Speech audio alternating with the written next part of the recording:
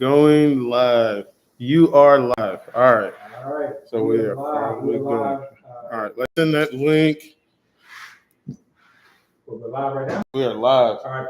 We're live. I'm actually on the clock. So we had some technical difficulties. This is the first live stream. We're talking notice. Literally talking to ourselves right now. Nobody else.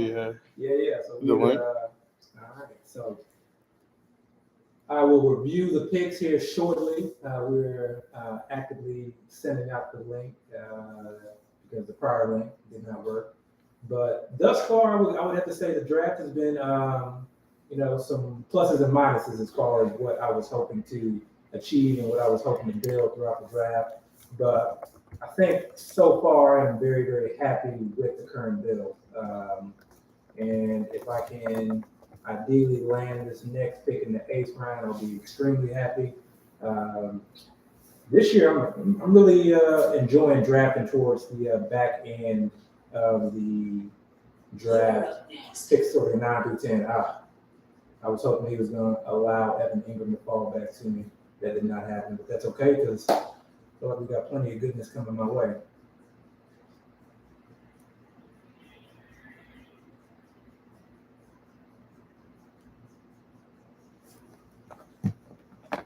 So we got the board up and live. Board's up and running. Let's make sure everything is good.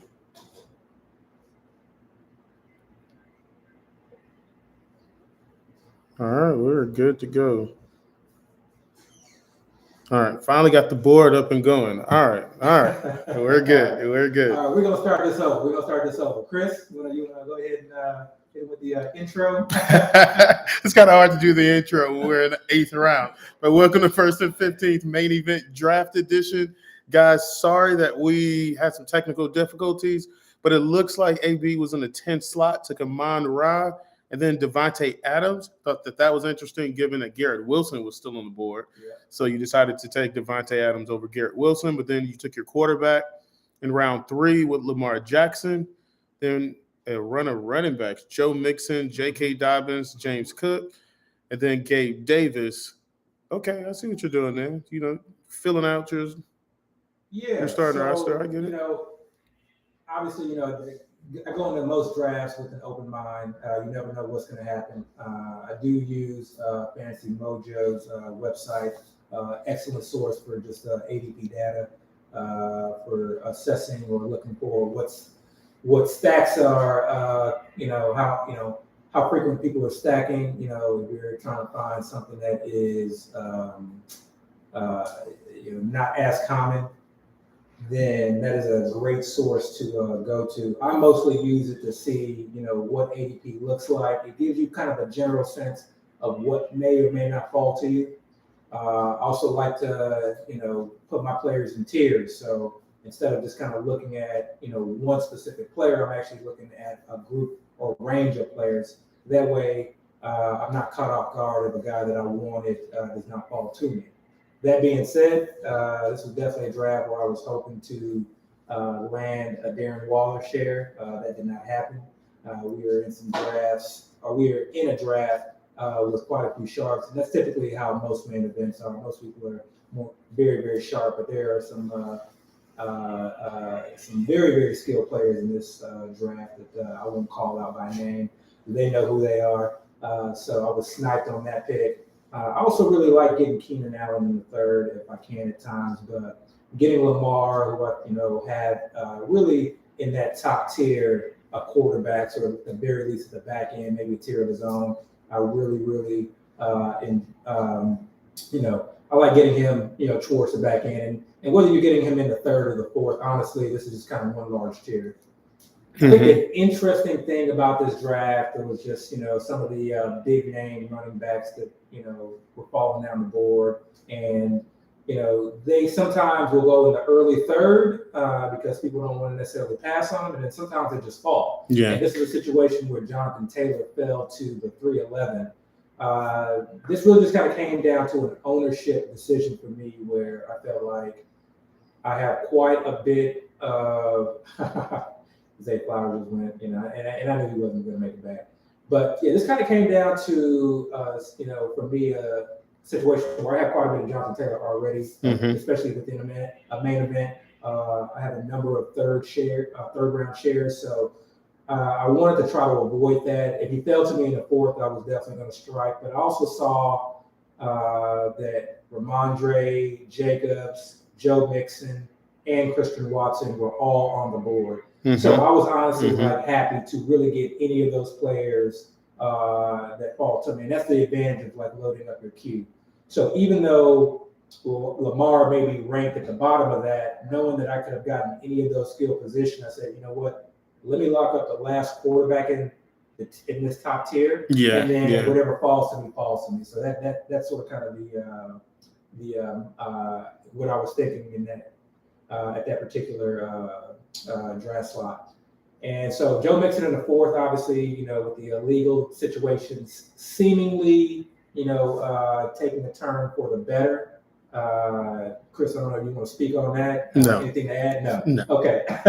So, you know, I've kind of felt comfortable drafting him throughout the offseason. I've taken him as late as the 6th round. Usually don't take him in the 3rd, but am definitely very happy with him in the 4th. One thing to me that's been striking is just there's really nothing behind him. They didn't bring anybody else in. There are very few people who were left out in free agency that would scare me. And so honestly, I just feel like he is set up to potentially smash. I don't really need him to be efficient. He's just going to kill with absolute volume. His RB2 handcuff situation is really not something that is very clear at the moment. You know, Travion Williams is hurt. Chris Evans, I think, has been getting the start, but they are definitely mixing in the rookie Chase Brown. And so to me, I think it's a situation where I like, you know, maybe I grab one of those guys late as a handcuff, but honestly, you know, I feel very comfortable not grabbing his handcuff because since there's no clarity there, it's probably likely that I'll be able to pick his handcuff up after the first one run a waiver. So, so I think, you know, just essentially having the running back in the Cincinnati backfield, again, a high-powered offense is something that I really like. And one thing that I have really been trying to focus on in the main events when it comes to drafting is really trying to go after teams with explosive offenses who are going to finish in the top 10, top 5, who are going to find themselves in either a lot of negative game script situations, or for me, 2023 is really all about like point totals. So I'm, you know, really not looking at strength of schedule as often as I used to in the past, but really kind of looking at games and trying to make a determination of, okay, you know, how many high point totals are these guys going to be in over a given year? And, you know, that's why I really love Devontae Adams. Yes, he's a little bit older, but I think if you look back historically at older wide receivers and talking about the 28 to 31, 32 range, typically these guys, if they have not been injured, really do still excel. And there was no drop-off whatsoever last year. I personally don't see a major drop-off between Garoppolo and Carr. Garoppolo's been healthy. He's been in camp.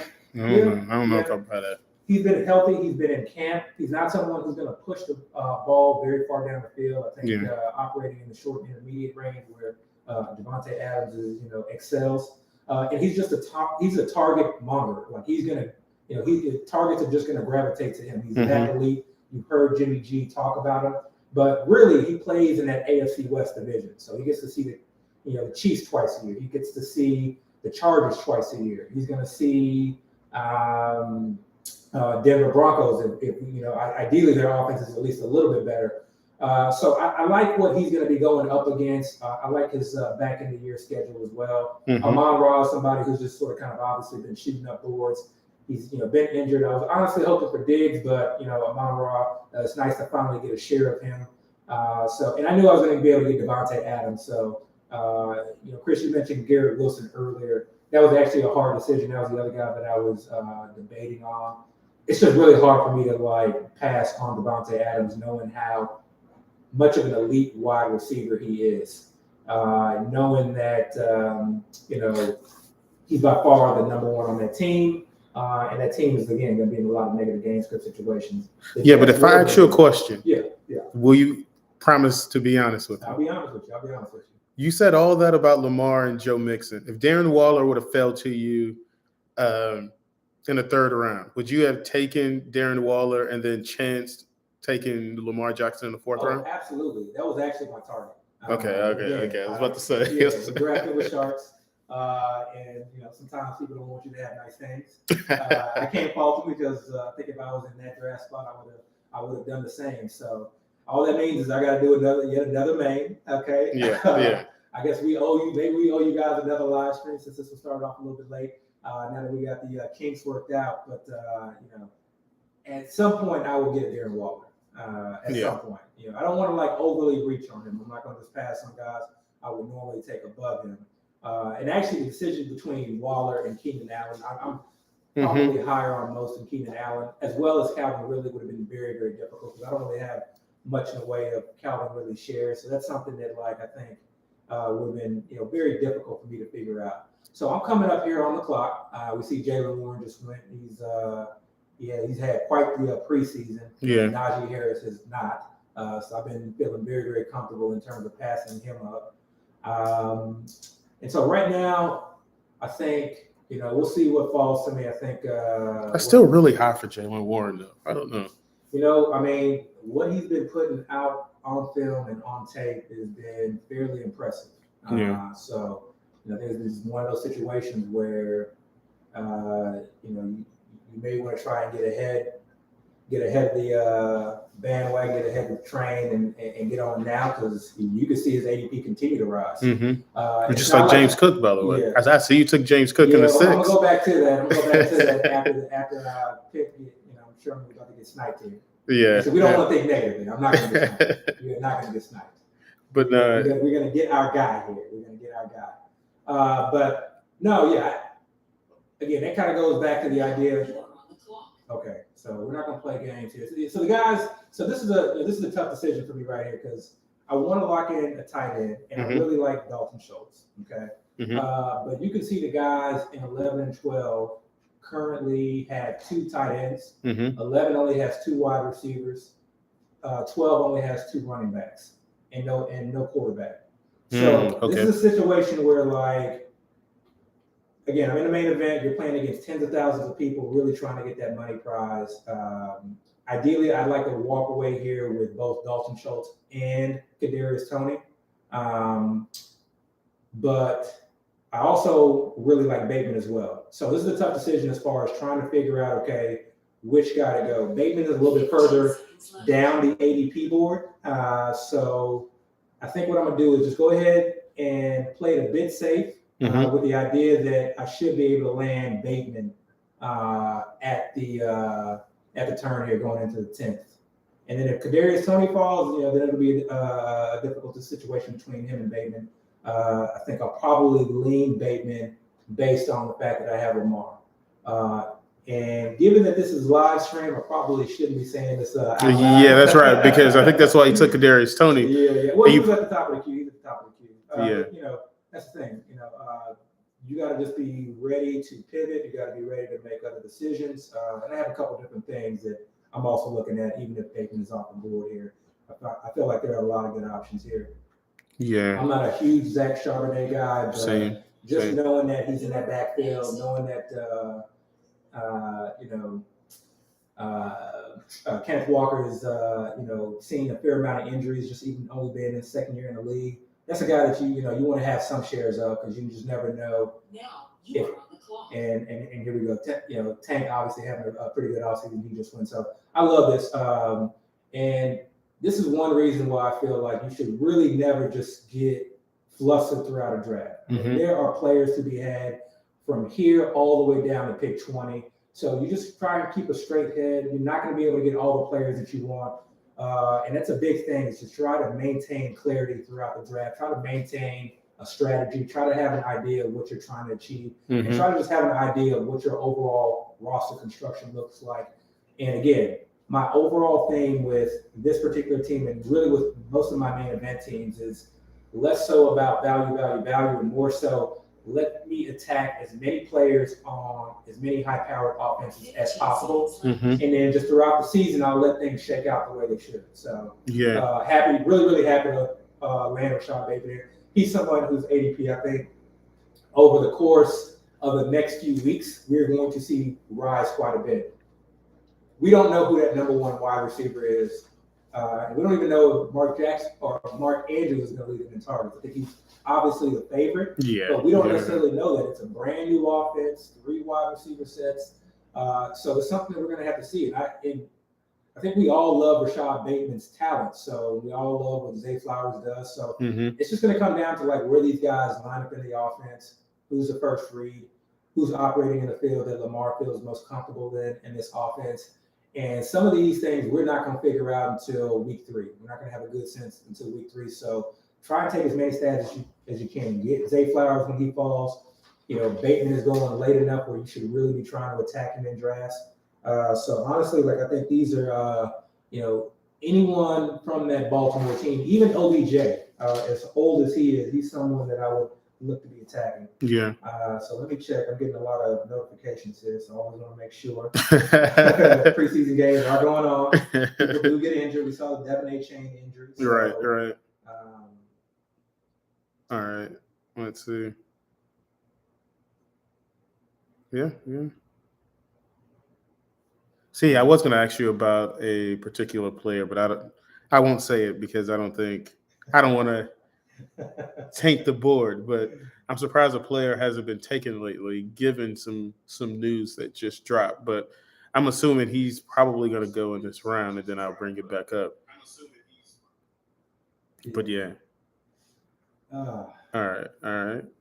So we're good so far. Yeah, at this stage, what I'll be doing is kind of loading my queue.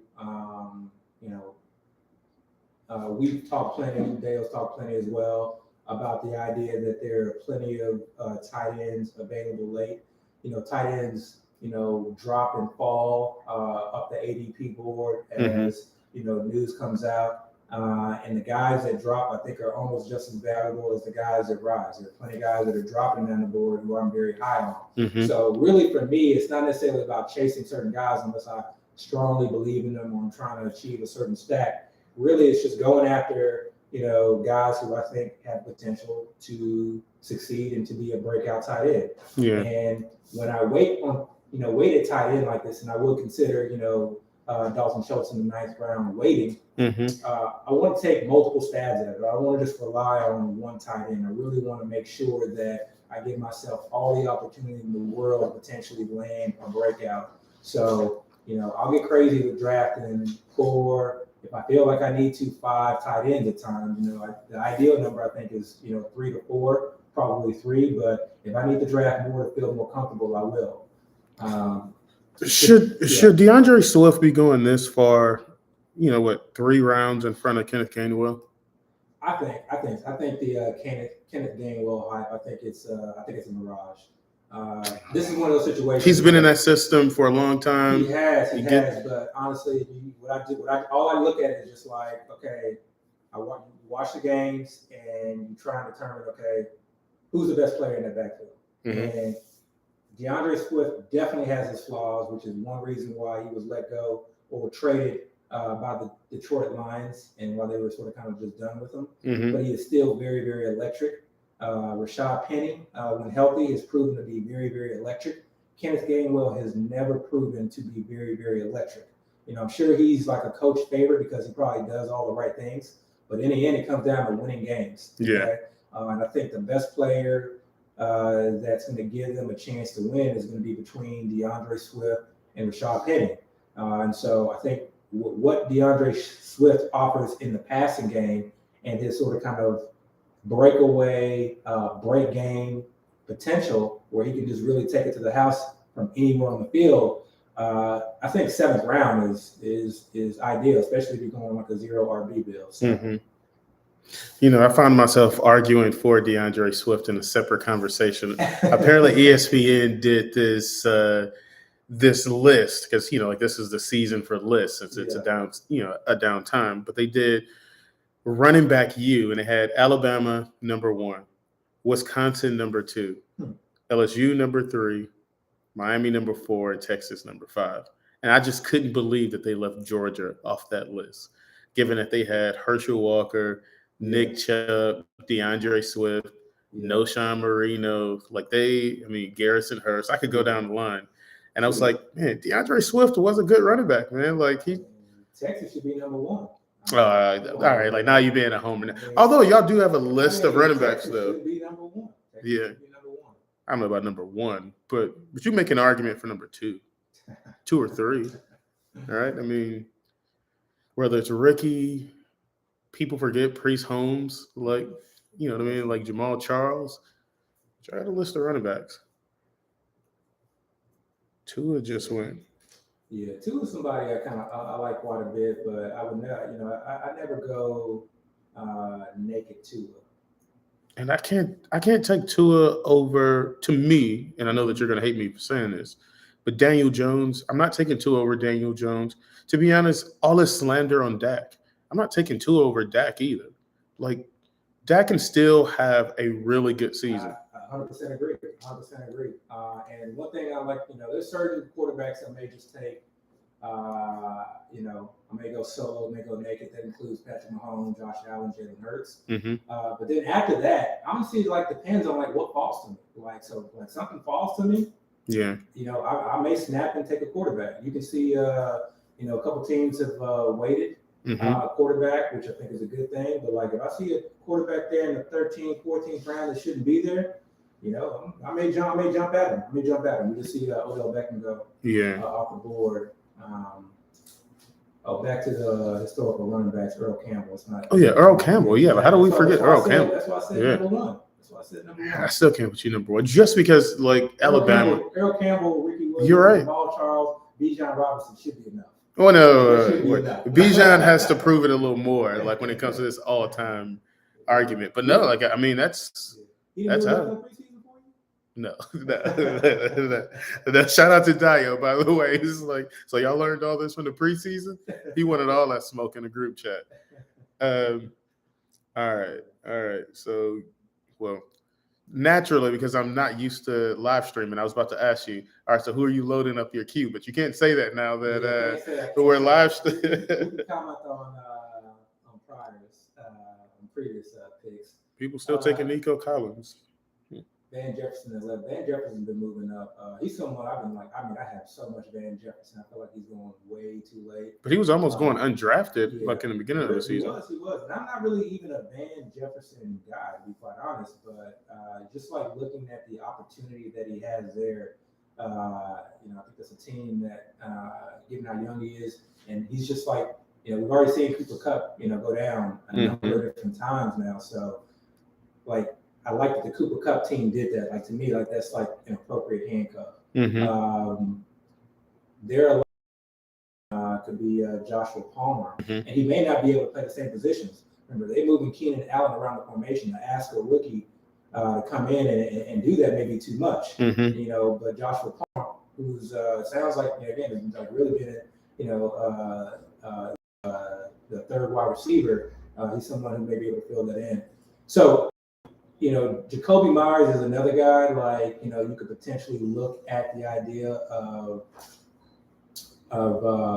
handcuffing a Devontae Adams with. I think he's someone. But we'll see. There's obviously, I don't think anybody's going to be gunning for Hunter Renfrow, who's listed in M5. Yeah. But Hunter Renfrow is also another guy that, is a Adams insurance. These are just kind of some things that you can kind of think about if you can able to build your team out in certain ways.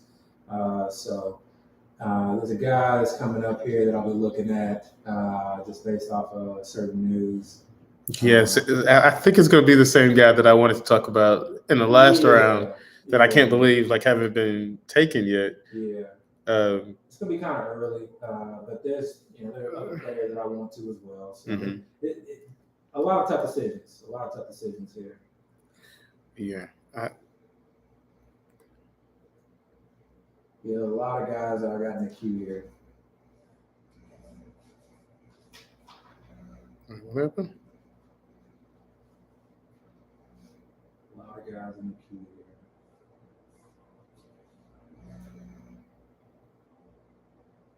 So we see Daniel Jones go. We see the Daniel Jones Waller stack. So if I would have gotten Waller in the third, I would have definitely have done what Team 7 did. So I like that move quite a bit. And if he wants to, he can obviously go after a number of the different Giants wide receivers. So it looks like there was a timeout, and we went back. And so it looks like he did not want to get Daniel Jones. Oh, no, he did want to get Daniel Jones. Okay, so what are we going back to? So Daniel Jones is back up. Okay, so Elijah Mitchell, he wanted Lazard.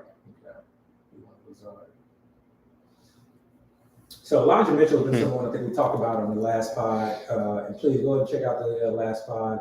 We talk about a number of different draft strategies, draft theories, players, things that you can go back probably even back as early as when we start potting in March, April. You can probably go back to some of those older episodes, and I think a lot of that stuff is very, very much relevant and really kind of creates a ground basis for what we just utilize throughout the draft season as far as building our teams. But we talked about Elijah Mitchell as far as is he really the handcuff to Christian McCaffrey? He's not currently healthy, and it's a situation where why are we taking him as high as we are over other handcuffs? Should we be waiting a little bit?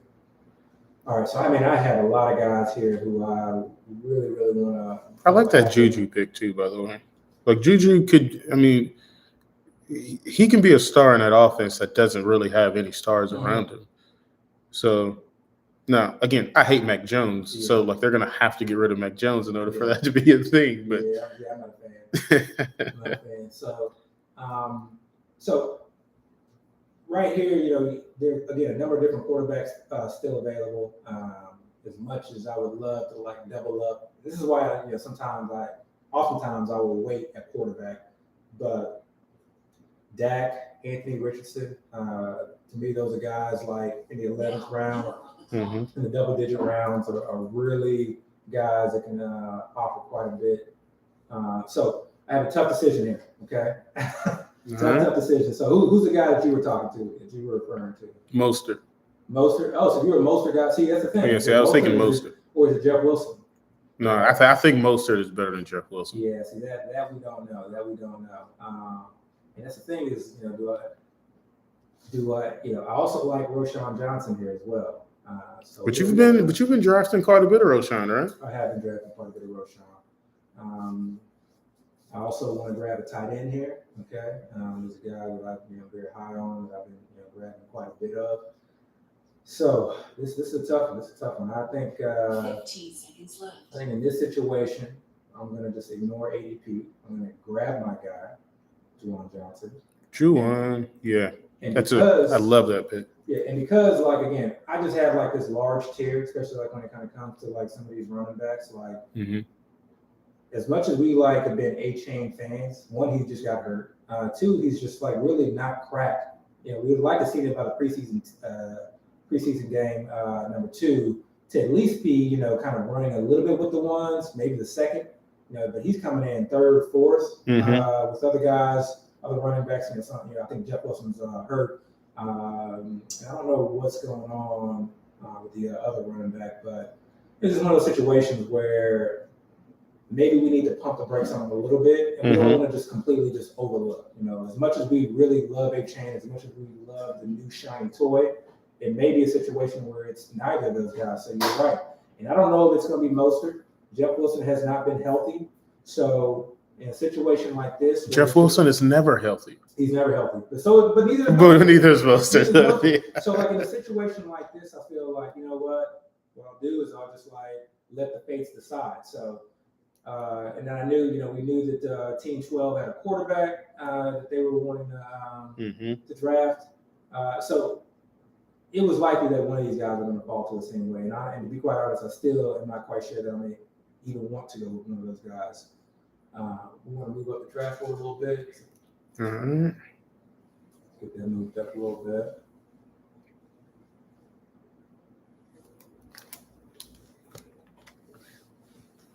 So at this stage, I feel, very, very comfortable with my team, but I just want to continue to add weapons. I want to add as many weapons to the team.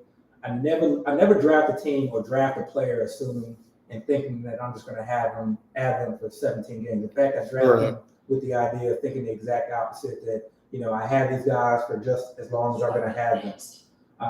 And so at this stage, again, I'm just want to stack talent. I am listening to tea leaves, so I got a guy like Greg Dulcich. I think everybody's kind of aware that he's not really running with the runs. He may have fallen out of favor with Sean. with Sean Payton. So we're just seeing him fall down the board. So even though the ADP has him higher, he's a guy that I'm really not going to be going after right now. All right, so let's continue to look as we make this decision here. So I have a fair amount of Jeff Wilson. I don't have much in the way of Mostert. I kind of like your call there. I do think that that's a player that, come week one, he could be the RB1 and Jeff Wilson may not be healthy. So it's kind of a way of diversifying. 15 seconds left. I also think he's the most talent. He's the more talented back too. That being said, I'm not going to go. I'm going to go Luke Musgrave. So sometimes ADP is what ADP is. We go back to Fantasy Mojo, and I go and look at Luke Musgrave's ADP. It's actually higher than what I thought it was. I didn't realize it was in the 12th round. I thought he was going much later. But his ADP is basically at the 1208. So for me, again, like I said, the one potential weakness in this team that I drafted, again, you draft a team assuming that Amon-Ra is that guy, that Devontae Adams is that guy, that Lamar is going to have a breakout year, that Joe Mixon is going to show out and be an RB1, that J.K. Dobbins is going to finally be healthy and be an explosive offense, that James Cook is going to be that RB1, that Gabe Davis is going to be what we thought he was, that Michael Pittman is still going to excel with injury. So you drafted this team with all those things in mind. But what I don't have is tight end. What I did wait for was tight end. I didn't draft a tight end with the idea that this tight end was going to be the number one overall tight end. Even though I like Schultz and even though I like Juwan Johnson, it's not a given that for sure that these guys, or I don't have like this strong conviction that these guys are going to be absolute number ones as tight end. So what I want to do is I want to hedge my bets, and I want to try and grab as many of these guys as possible in the later round so I can increase my odds and increase my chances of really landing that elite tight end one. And so, we talked about Luke Musgrave last week. Shout out to Deo, who couldn't be with us tonight. But he brought up some very, very good points. That is an offense that is really wide open when it comes to targets. We have Christian Watson, who was a second-round pick, Romeo Doubs, who's maybe just like an above-average Jag. Obviously, they drafted Jalen Reed, but they had nobody at tight end. We do have Love coming in, but all accounts is that up and down, but for the most part, positive reports out of the Green Bay camp, and they have a very easy schedule. But Luke Musgrave is a very, very athletic tight end. I think he's a tight end that we could really see show out. And this may be the year of the rookie tight ends. I've really been a guy that has been like, on the sort of kind of, with the crowd as far as avoid rookie tight ends, and it's paid off. We faded Kyle Pitts, and it really paid off. It was something that I think saved us quite a bit, given how high he was going and how much draft capital you had to sort of kind of give towards him. But I think this year is different. I think we're seeing a lot of tight ends in situations where they are going into camp as the tight end one with really no options behind them. We have Sam Laporta, we have Luke Musgrave, even a Dalton Kincaid, given as high as he was drafted. A lot of these tight ends too that are coming after, a lot of them are just like very athletic and receiving tight ends. They have that receiving part of their game is something that is on the elite end. So again, I think it could be a year where we could see definitely, potentially one of these guys break out, if like not multiple. So one reason why, if I don't get Waller, I'm not going to feel like I'm in a pinch and need to go ahead and grab tight end early. There's some guys who I like, but I want to get all those guys with value. So, I like Njoku, but I want to get him to value. Ingram, I would have taken in the 8th round. Obviously, he went a little bit ahead, but I prefer having Gabe Davis and Dalton Schultz versus having an Ingram, and then I would have been left with like a Treylon Burks or maybe a Kadarius Toney. So, you kind of got to think about things in that situation. So,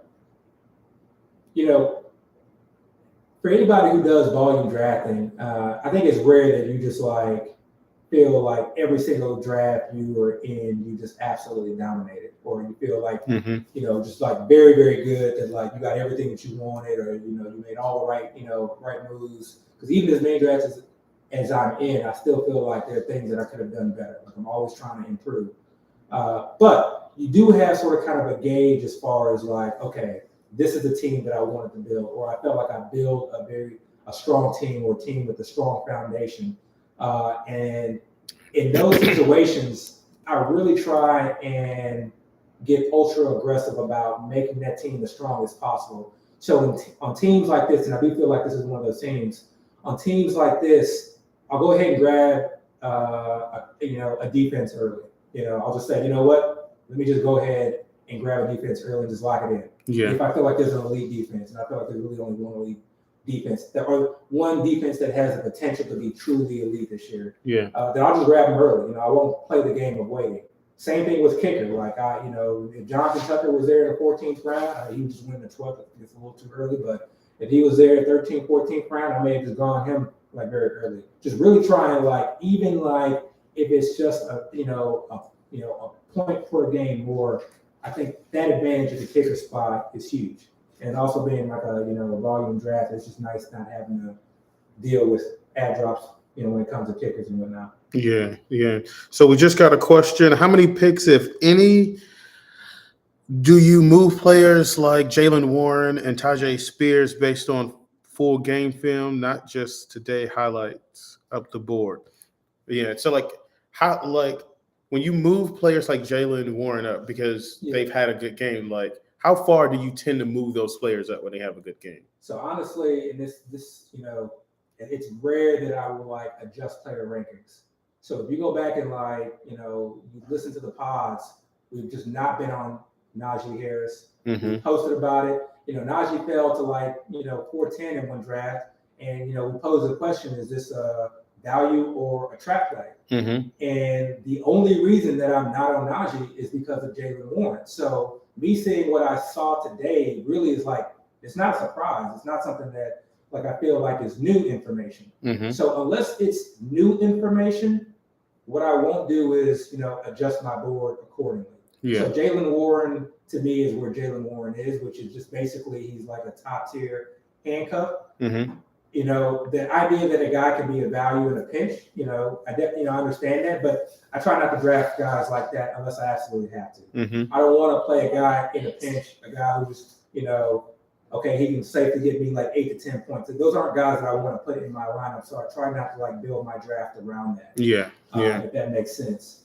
And let me go back. There are a couple of defenses that I'm looking at, and I may grab one of those here. So maybe human nature, being honest, maybe he moves up a little bit, but I wouldn't take him above AJ Dillon.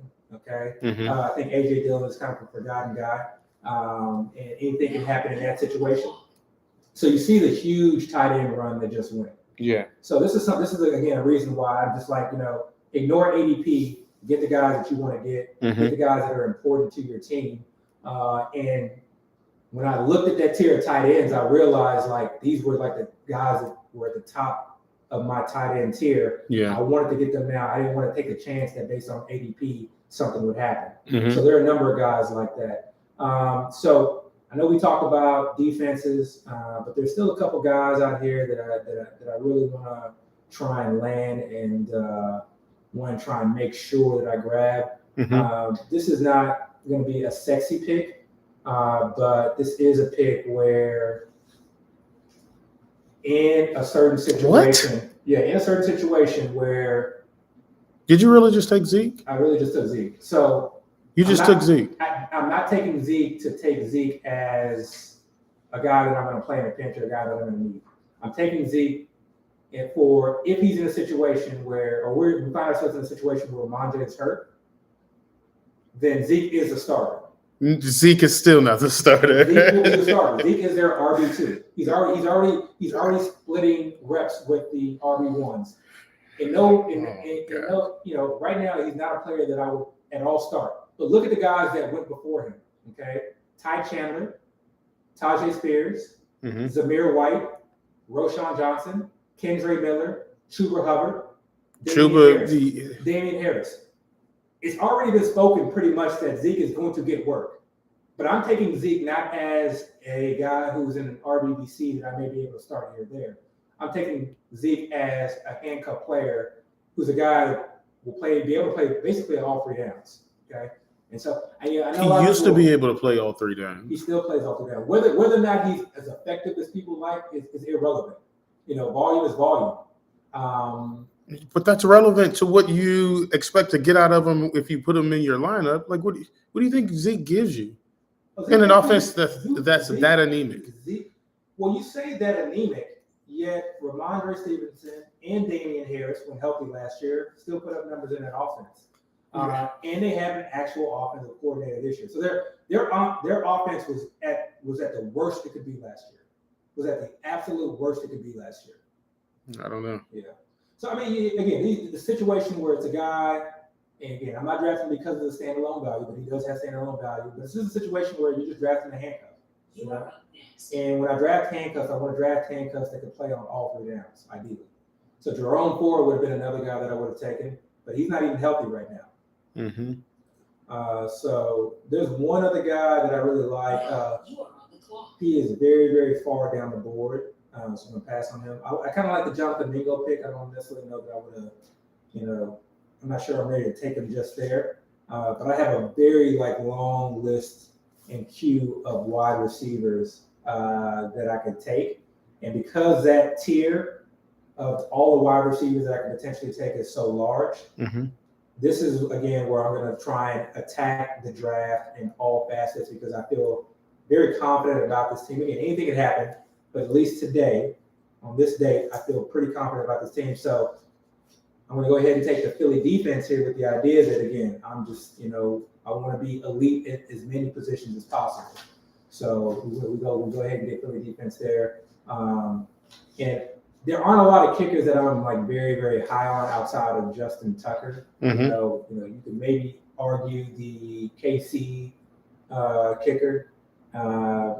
He did not work out for us last year. Last year But it's a year-to-year thing, I think, with them. And one thing I think we don't talk about that could potentially happen with KC is they could regress when it comes to scoring touchdowns. Yeah. They were historic last year when it came to scoring touchdowns.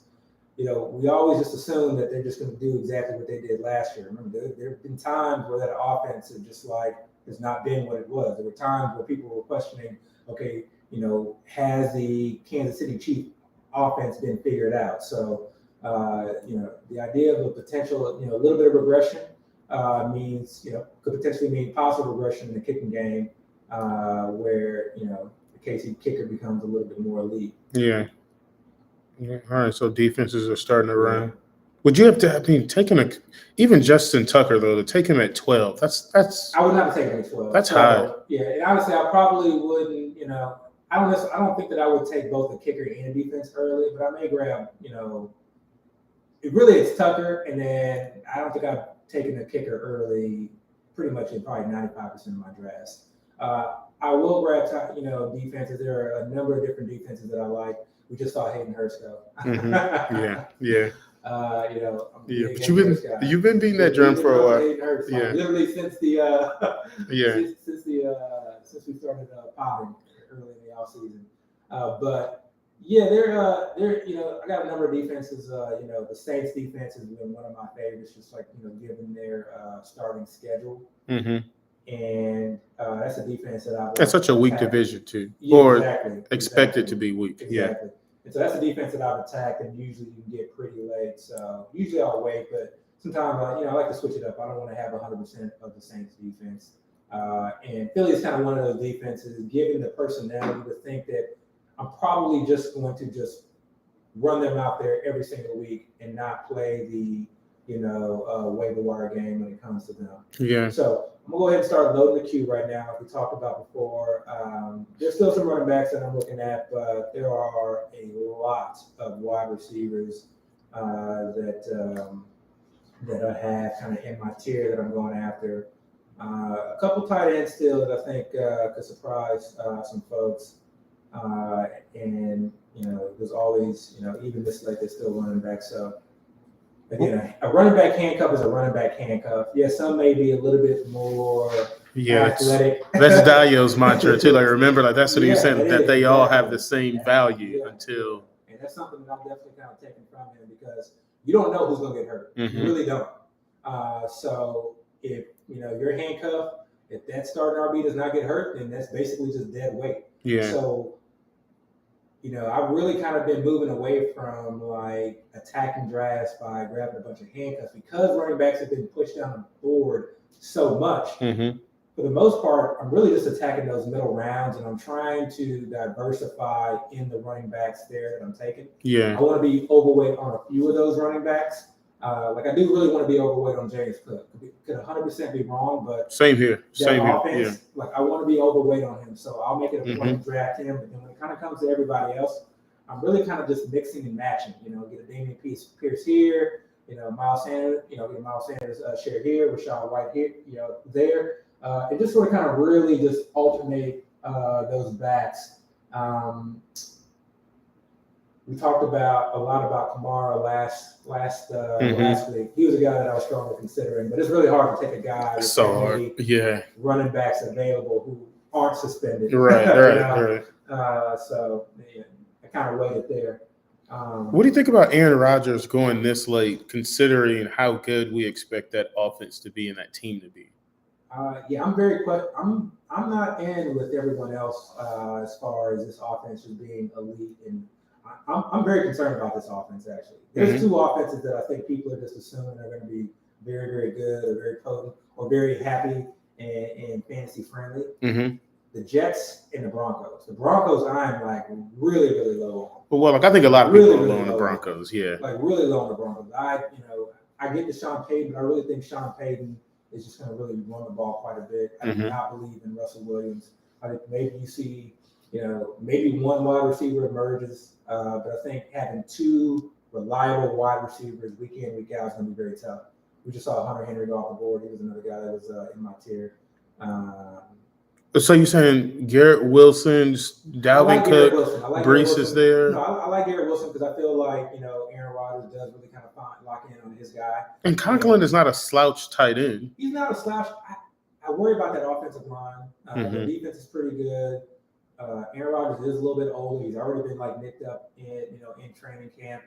I don't know. The offensive line really honestly does scare me quite a bit with that team.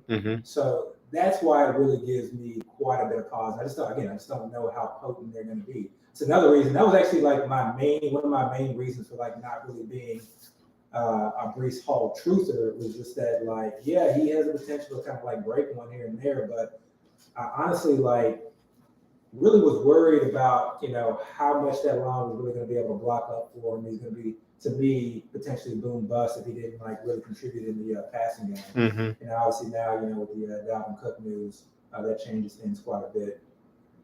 Yeah. But that's an offense that I kind of struggle with. I definitely question. So all right, so getting close to being on the clock. Yeah, got a guy here in my queue that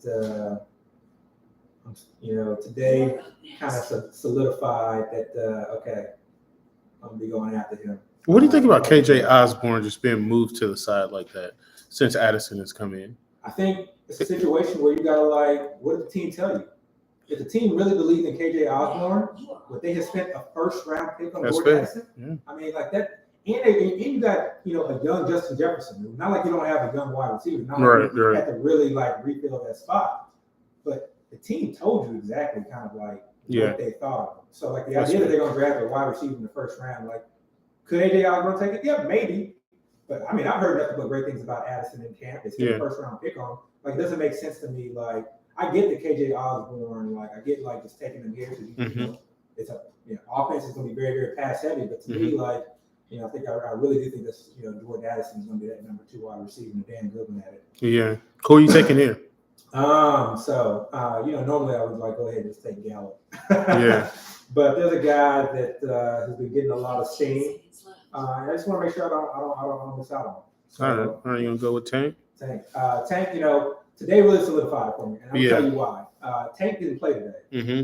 but Noah Brown did. Mm-hmm. And I get, we brought in Noah Brown and Robert Woods because these guys are guys that can block. This wants to be a running team, this and that. But watching Noah Brown play, he's an okay number 3 wide receiver. Mm-hmm. He's a better reserve wide receiver. He is not a number 2 wide receiver. He is not that guy. Yeah. And there is no way you watch Tank Dell's tape. I don't care against what offense it is. Mm-hmm. And you watch Noah Brown, they're not going to be able to keep Tank Dell off the field very long. I just don't think they are. I really strongly believe that maybe it takes a couple of weeks. Yeah. But I think he's their number 1 wide receiver this year. Oh, Tank? I think he's their number 1 wide receiver outside of Dalton Schultz. And it's also a nice Dalton Schultz hit. Right. We're assuming and banking on the defense being a little bit better. Mm-hmm. They did not look good today. Yeah. Shout out to Noah who really kind of went in on our Texans, and shout out to Dale for defending us. So, I don't think it was that bad. It's a preseason too as well. So sometimes what we put out there as far as schemes and whatnot and plays are really vanilla. You're up next. And those teams had a chance to practice week in and week out. Had a chance to do a joint practice this week. So I think that also kind of just changes things a bit. Yeah. But yeah, I'm high on Tank Dell. I don't know, to me, he's like the ideal guy to take a stab at. Mm-hmm. And this has nothing to do with my, Houston Texans homerism, because I think my homerism would actually have taken me away from him. I think I'm really feeling that pick. Now here, we talked about the idea of kicking around the idea of a kicker. I'm going to continue to hold off on that. I just don't feel comfortable taking both the defense and kicker earlier. Mm-hmm. There goes Gallup. Okay, so you see, and I knew that these teams behind me were probably going to be looking at wide receiver, and so I really wanted to make sure that Tank Dell was not taken. Mm-hmm. And you could have said, Tyler was somebody I don't really have much of. So, all right, so with this pick, there's one running back. He's starting to move up boards a little bit, and I think potentially could, if the starters play in preseason, may move up a little bit more. But if you've been following the Rams beat writer and the Rams, off-season training camp news, Kyron Williams has apparently been getting a lot of run as a third down back. I think people forget. Remember, he was coming off an injury last year, and very similar to Gabe Davis. Coming off an injury, this is a guy that didn't have a lot of athleticism to begin with. So I think that hurt him quite a bit. Also, it was his first year, but the team seems to really like him. Sean McVay seems to really, really like him. And we know Sean McVay can be kind of Jekyll and Hyde when it comes to some of his players. Yeah. We saw that last year with Akers. Mm-hmm. So to me, he's a handcuff. I don't know if he's a true 3-down handcuff, but I think he could potentially be.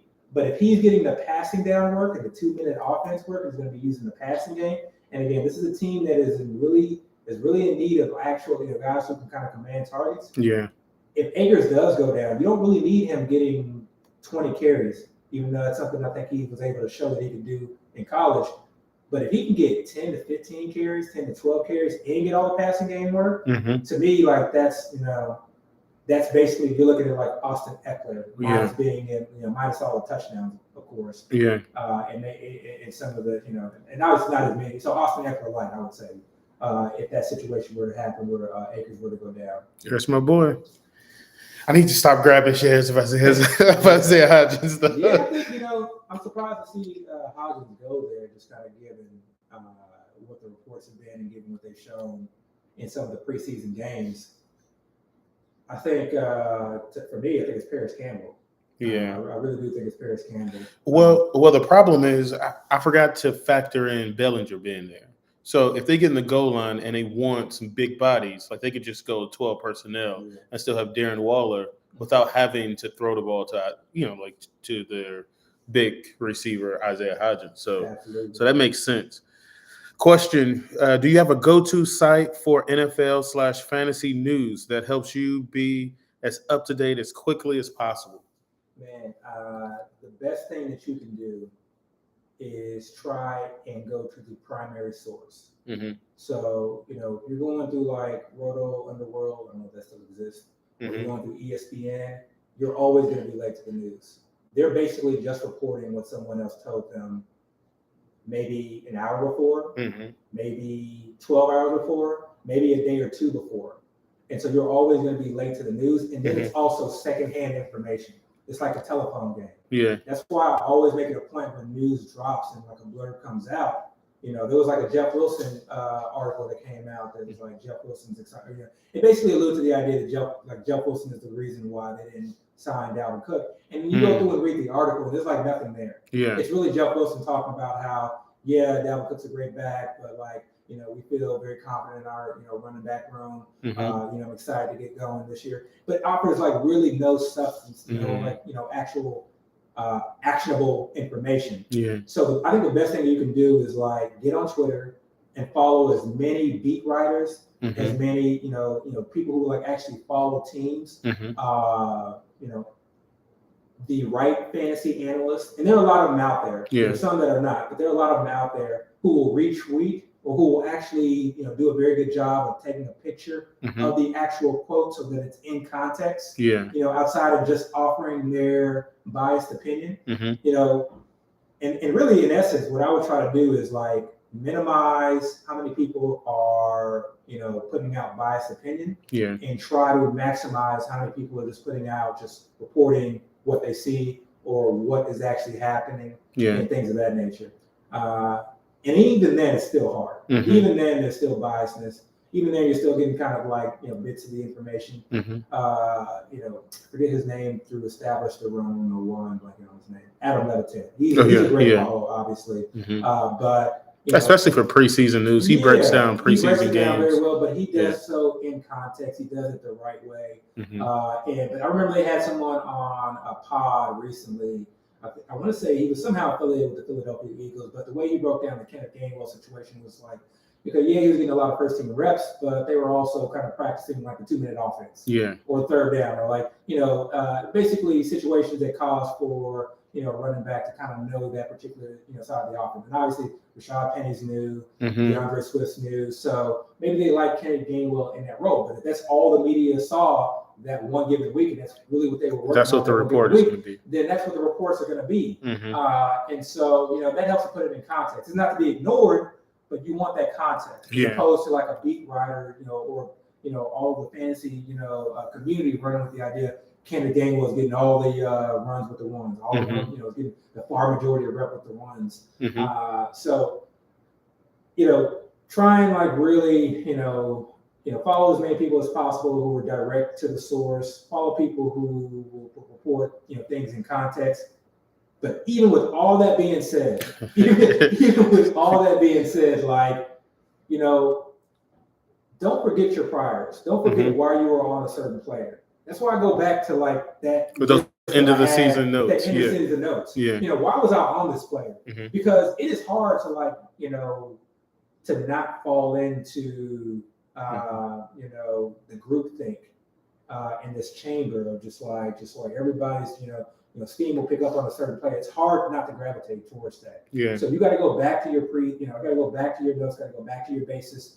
Go back to like transactions, go back to contracts, go back to like objective data, objective information, and then kind of work your way from there with various data points. If multiple data points show that Kenneth Gainwell in multiple situations is running with the ones, it's like getting majority of reps in the preseason with Jalen Hurts and all the ones when everybody's playing, then now that makes sense. Maybe I was a little bit late to the party, but I would rather be late in that situation than really try and just, alter my rankings a little bit too quickly, based off of just one piece of news. Yeah. So, what about like in-season stats? Like, do you ever like get a subscription to like actually follow stats and stuff like do you like get into like the analytics of it all, or is it just like I'm going to watch film? Yeah.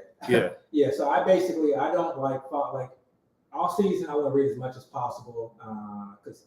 And honestly, I probably listen to a good majority of this information and I probably use about 5 to 10% of it. Mhm. But that 5 to 10% is what gives me the edge. Yeah. And it'll be a couple of different sources from a couple of different areas, and it may not even be the same analytics, but it may be various data points that point towards one guy who could potentially really explode. Yeah. But then in season, no, it's all retrospective. That's the thing. This is where the edge comes from. This is where my edge comes from. Everybody has different strengths that allow them to be good in certain ways. But for me, I feel my edge comes from watching the games and understanding or trying to understand or trying to figure out what's going to happen moving forward. Mhm. If you rely on analytics and you rely on data, it's all retrospective. Mhm. You can try and project that towards weeks moving forward, but it's all retrospective data. Yeah. That's all what happened the week before, and I want to know what's going to happen the week next. Mhm. And NFL is such a complex game. There's so many moving parts, injuries, different teams, different schemes. So we see. Sorry, we'll take a little break here. So we see, a very elite player go ahead and get Baltimore and an elite kicker sitting around 16, 17. Mhm. So that kind of goes to that point of you don't necessarily just need to just wait, Mhm. on certain players. So, all right. So now I need to go back and load up the queue. All right. So we got a couple guys here. So again, like I was talking about earlier, there are a lot of just I have a lot of late round wide receivers, guys that I know I'm not going to start week one. Okay, I know I'm not going to start week one, but first 3 weeks of the season, I'm going to watch pretty much every single game, every second of every single game, because there are certain things that won't show up in stats. Yeah.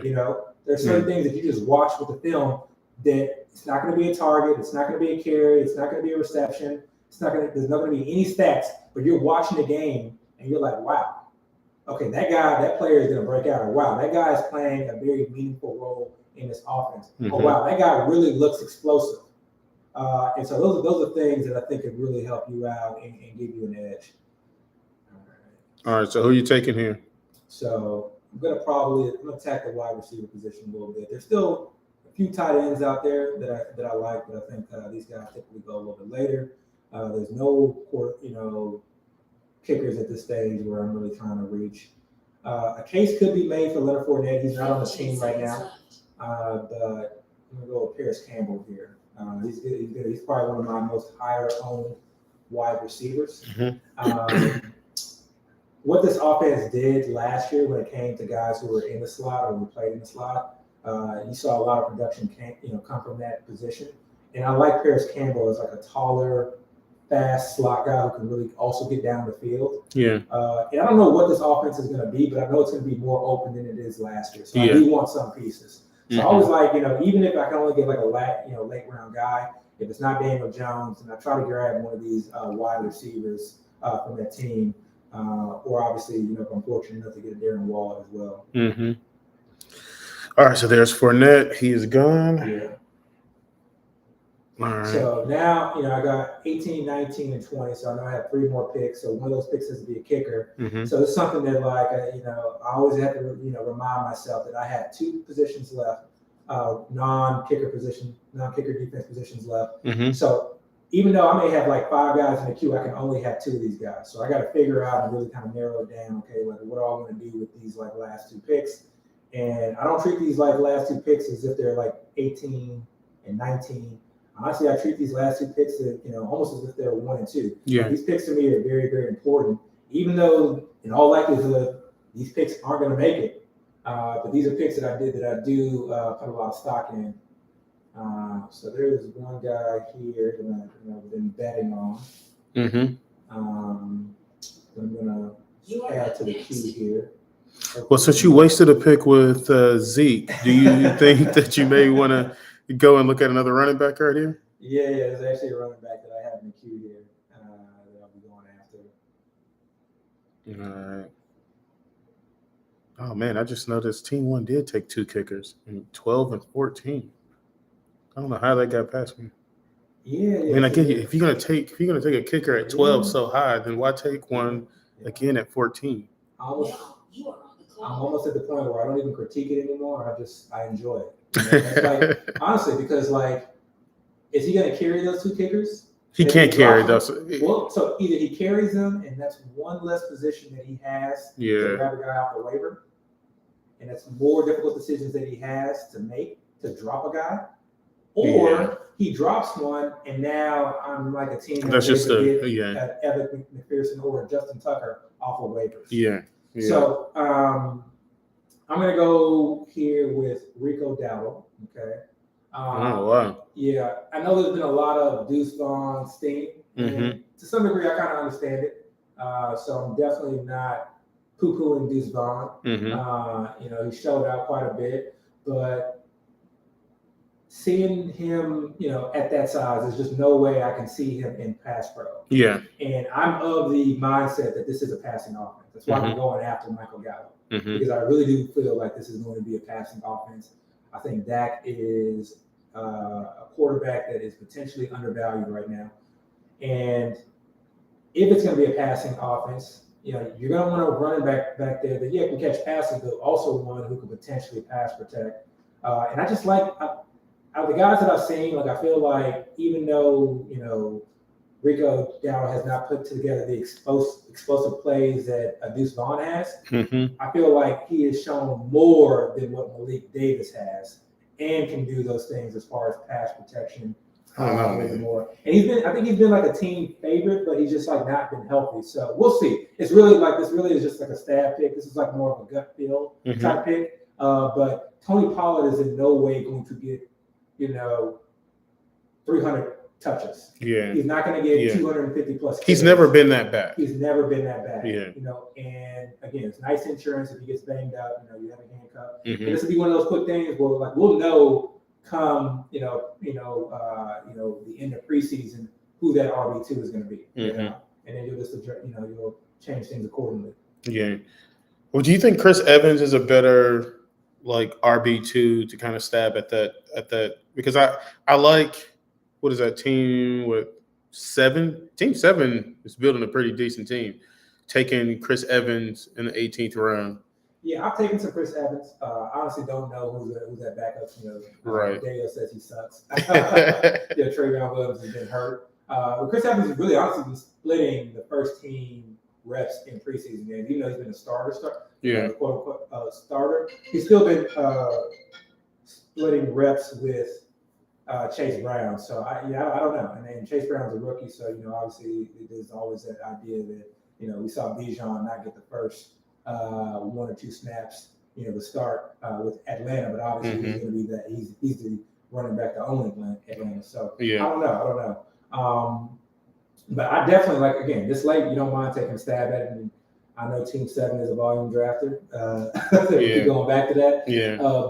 So it may be a situation where he's going to take a variety of stabs at it. And you may see him take Chase Brown as well. Or take Trayvon Williams and just try to double up and increase the odds of having the RB2 in that backfield. Yeah. We talked about it earlier. Again, that's kind of why I like Joe Mixon a little bit, because nobody knows, and so a lot of these guys may end up getting dropped as a result, because it may still be muddied once we get to that. Once we get to week 1. Yeah. Oh man, Devontae Parker going this late. That's interesting too. Yeah, he's been somebody that. I mean, they gave him the contract, right? They paid him the money. Yeah. So he's been someone that, I think one of the first tweet, text messages that I put in the group chat was DJ Chark, Devontae Parker, try and get him the last round in every best ball draft that you can get. So I do like him for best ball. Yeah. But I don't necessarily know that he's something, someone that I should have retweeted that up. I don't know that he's necessarily someone that I want to go after in redraft. Yeah. Okay, so apparently Deuce Vaughn is still showing out as we speak. So we'll see. It may not feel too good to pass on him, but again, it's one of those things you kind of come down to the idea of, okay, am I going to react overreact, underreact to what's going on in the preseason.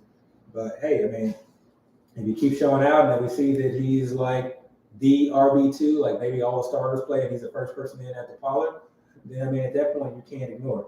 Elijah Dotson. Man, actually, I took him in the last draft that we were in together. I like that pick. He's having some fun in there. I can see that.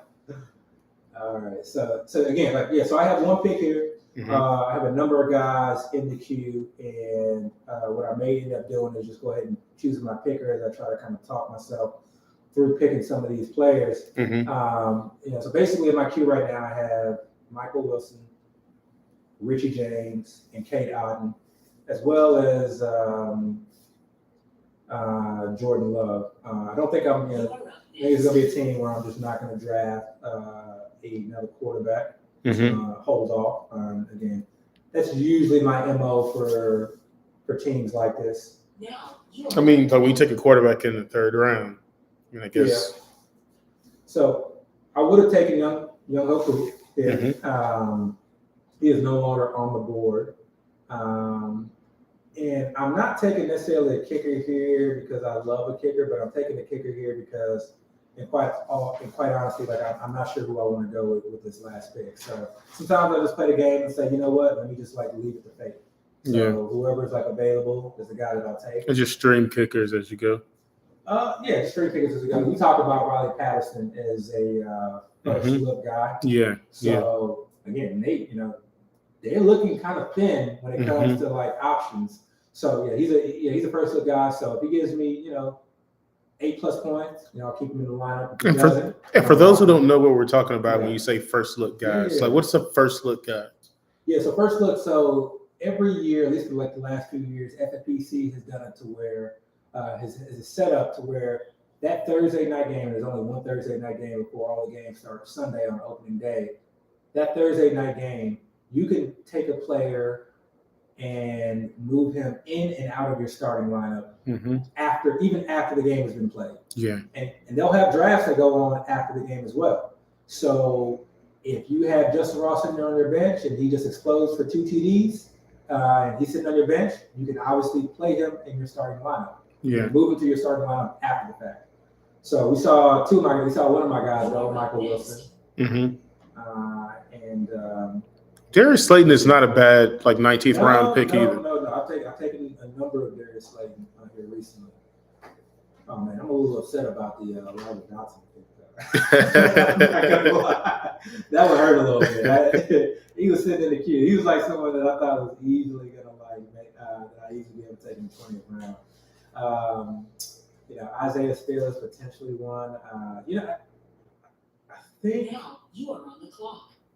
All right, last pick. Yeah, I think I'm actually going to take Travion Williams, and I think I'm going to. You know what? No, I'm going to take Richie James. First look. Oh yeah. Take the first look. Yeah. Yeah, I gave some strong consideration to Cade Otten. Some really, really strong consideration to Cade Otten. But I think he's one of those guys that ends up on waivers or may not even get drafted. So Richie James having like a first look guy can easily drop after the fact. Or Rico Dottle if he doesn't make the team, and then pick him up off of waivers. So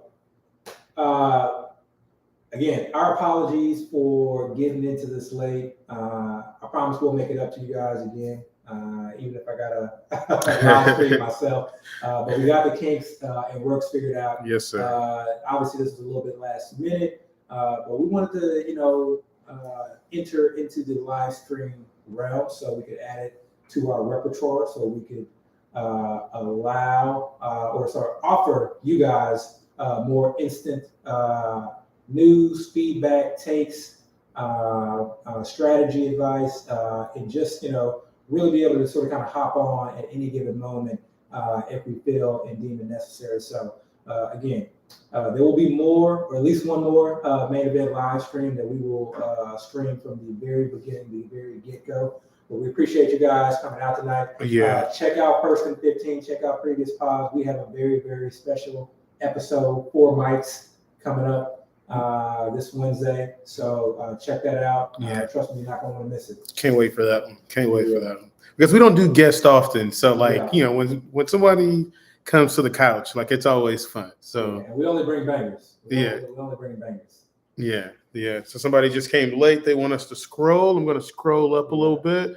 Let's start from the top. All right. Let's round 1 through 14. So, You scroll down? yeah. I will. You started with the mind to ride. I don't know. I don't know if I. But you're really off Nick Chubb, right? I mean, I'm sorry, CeeDee Lamb. You really want no parts of CeeDee Lamb? Not that I want no parts. I just don't. I felt like CeeDee Lamb's ceiling was last year.